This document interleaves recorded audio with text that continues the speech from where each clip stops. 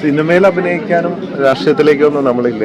പിന്നെ നമ്മുടെ AI technology ഉള്ളതുകൊണ്ട് മർഡോണയും ബ്രൂസലീനൊക്കെ ഉപയോഗിച്ചിട്ട് നമ്മളൊരു സൂപ്പർ ഹീറോ വെബ് സീരീസൊക്കെ പ്ലാൻ ചെയ്തുകൊണ്ടിരിക്കുന്നുണ്ട്. ഇച്ചിരി ഭാഗങ്ങളായി. ഇനി AI ടെക്നോളജിയിൽ കുറച്ചും കൂടെ ടൂൾസ് വരാനുണ്ട്. 1-2 മാസം കൊണ്ടാവുമെന്ന് വിചാരിക്കുന്നു. അയ്യോ, നമുക്ക് നേരിട്ട് അഭിനയിക്കാൻ താല്പര്യം, അനുഭവിക്കൽ മാത്രമേ ഉള്ളൂ. പക്ഷെ ഒരു കാര്യം ചോദിക്കട്ടെ, നേരത്തെ ഒരു പ്രോപ്പർട്ടിന്റെ കാര്യം പറഞ്ഞില്ലേ, ഒരു 100 മന്ത് അടച്ചു കഴിഞ്ഞാൽ ആ പ്രോപ്പർട്ടി സ്വന്തം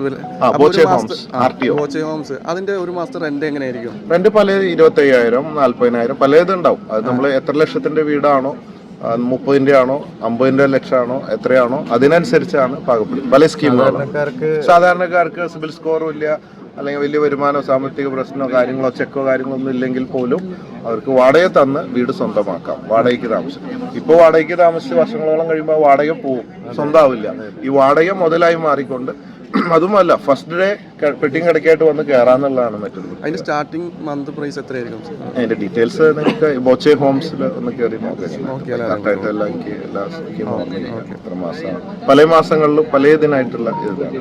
അത് ഗൾഫിൽ വലിയൊരു ഗ്രൂപ്പ് നടത്തി വലിയ വിജയമായിരുന്നു. ആ ഒരു മോഡലാണ് നമ്മളിവിടെ ഇന്ത്യയിലും നടപ്പിലാക്കാൻ. റെന്റ് മാറാനൊന്നും സാധ്യതയില്ല, ഒരു ഫിക്സഡ് റേറ്റ് തന്നെ ആയിരിക്കും. ഫിക്സഡ് റേറ്റ് ആയിരിക്കും.